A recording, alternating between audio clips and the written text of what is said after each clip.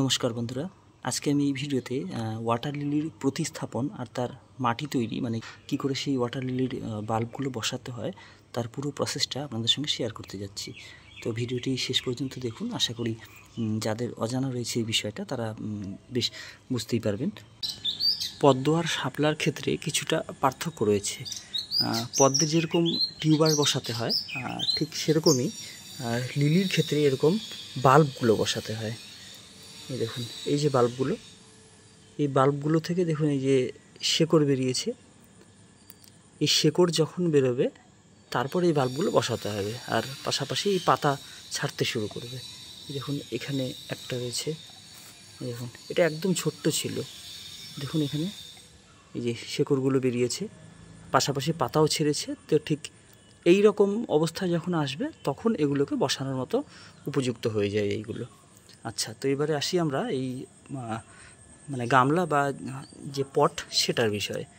তো পদ্মের ক্ষেত্রে যেরকম মানে একটা এরকম চওড়া গামলার মধ্যেই তার নিচের লেয়ারে একদম গোবর সার দিতে হয় বা ভার্মি কম্পোস্ট দিয়ে তার উপরের অংশে মাটি দিতে হয়। তো শাপলার ক্ষেত্রে সেম জিনিসই থাকবে, কিন্তু শাপলার ক্ষেত্রে মানে ট্রপিক্যাল যে ওয়াটার লিলিগুলো থাকে তো সেগুলোর ক্ষেত্রে আমরা এই রকমের ছোটো ছোটো পাত্র ব্যবহার করি। মানে এরকম ছোটো ছোটো পাত্র, এটা মোটামুটি 10 ইঞ্চির একটা পট এরকম। তো এই 10 ইঞ্চির পটে এই মোটামুটি 2-3 ইঞ্চি এরকম এই পর্যন্ত ঠিক একটা সারের লেয়ার হবে। সেটা ভার্মি কম্পোস্ট হতে পারে বা গোবর সার হতে পারে। তার মধ্যে শিংকুচি, হাড় গুঁড়ো, তারপরে সিউইড এই সমস্ত দিয়ে কিছুটা মানে ডিকম্পোস্ট করে নিয়ে তারপরে ওটাকে বসাতে হয়। এতটুকু লেয়ার থাকবে, সেটা 2-3 ইঞ্চির মতো। বাকি লেয়ারটা নর্মাল যে গার্ডেন সয়েল হয়, মানে আপনাদের যেখানে যেরকম মাটি থাকবে সেরকম মাটি বা পাক মাটি দেওয়া যেতে পারে। তো এই দেখুন আমি দুটো এরকম পট মোটামুটি দিন 10 আমি এইভাবে ফেলে রেখেছি। মানে এই মাটিটা তৈরি করে এর মধ্যে জল দিয়ে আমি দিন 10 রেখে দিয়েছি। এইবারে আমি এর মধ্যে এই যে এই বাল্বগুলো এর মধ্যে বসাবো। পদ্মের ক্ষেত্রে টিউবারগুলো যেরকম এইরকম সাইড দিয়ে বসাতে হয় গামলার, কিন্তু ওয়াটার লিলির বাল্বের ক্ষেত্রে তা নয়। ওয়াটার লিলির বাল্ব এইরকম জাস্ট একদম মিডিল অংশে, একদম পটের একদম মাঝখানটায় বসাতে হবে। এই পুরো অংশটা এতটুকু, এই বাল্বটা যতটুকু দেখতে পাচ্ছেন এই পুরো অংশটা মাটির মধ্যে ভরে দিতে হবে। একটু প্রেস করে এই জায়গাটা ফাঁকা করে দিয়ে আবার তারপরে কভার করে দিতে হবে। ঠিক দেখাই আপনাদের, এই দেখুন এখানে একটা রয়েছে, আমি কিছুদিন আগে বসিয়েছিলাম। এখানে দেখুন এই মাঝখানের দিকের অংশটা দেখুন, ওই মাঝখানের দিকে দেখুন বসানো হয়েছে। এখানে দুটো পাতা, মানে আসলে কয়েকটা পাতা ছিল, এখানে আরও বেশ কয়েকটা পাতা ছিল। আসলে হয়েছে কি, একদিন প্রচণ্ড রোদ দিয়েছিল, সেই রোদে একটু জলটা শুকিয়েছিল আর পাতাগুলো আমার নষ্ট হয়েছিল।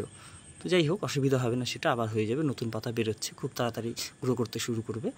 আর ওই যে পাত্রটা, এই পাত্রটা এই বড় একটা গামলার মধ্যে দিয়ে দেওয়া রয়েছে। তো এখানে একটা, দুটো, তিনটেও বসানো যায়, মানে যত ছোট পাত্রে করা যাবে তো সেইগুলো আঁটে তখন ভালো। কিন্তু মোটামুটি একটা গামলার মধ্যে একটা ছোট পটই দিলে পরে সবচেয়ে ভালো হয়। আমি দেখুন এরকম দুটো পট তৈরি করে রেখেছি, কারণ দুটো আমি বাল্ব বসাবো, দুটো আলাদা আলাদা ভ্যারাইটির বাল্ব রয়েছে, এই দুটো বসাবো। এই দুটো আমি এখানে বসিয়ে তারপর এই যে এইরকম এই বড় গামলার মধ্যে দিয়ে দেবো। দেখুন দেখুন এই পটটা দেওয়া রয়েছে, দেখুন এখানে এই যে এরকম আস্তে আস্তে তারপরে স্প্রেড করতে শুরু করবে। দেখুন বাল্বগুলো বসানোর পরে ঠিক এইরকম অবস্থায় আছে, মানে একদম মাঝখানের দিকে বসিয়ে দেওয়া হয়েছে। এটারও সেম বসিয়ে দেওয়া হয়েছে। তো এই পাত্র দুটো আমি এই রকম বড় গামলার মধ্যে দিয়ে দেব, বাস। তারপরে যখন জল শুকিয়ে যাবে জল দিতে থাকতে হবে। আর মোটামুটি দিন 15 পর তখন এর মধ্যে খাবার দেওয়া শুরু করব। পুটলি করে যেরকম পদ্মের মধ্যে দিই ঠিক এইরকম সাইড করে করে দিতে হবে। আর মোটামুটি 1 মাসের মধ্যেই আশা করি ফুল পেয়ে যাবো এগুলোতে। তো ফুল পেলে আবার আপনাদেরকে আপডেট দেবে। ভালো থাকবেন সবাই।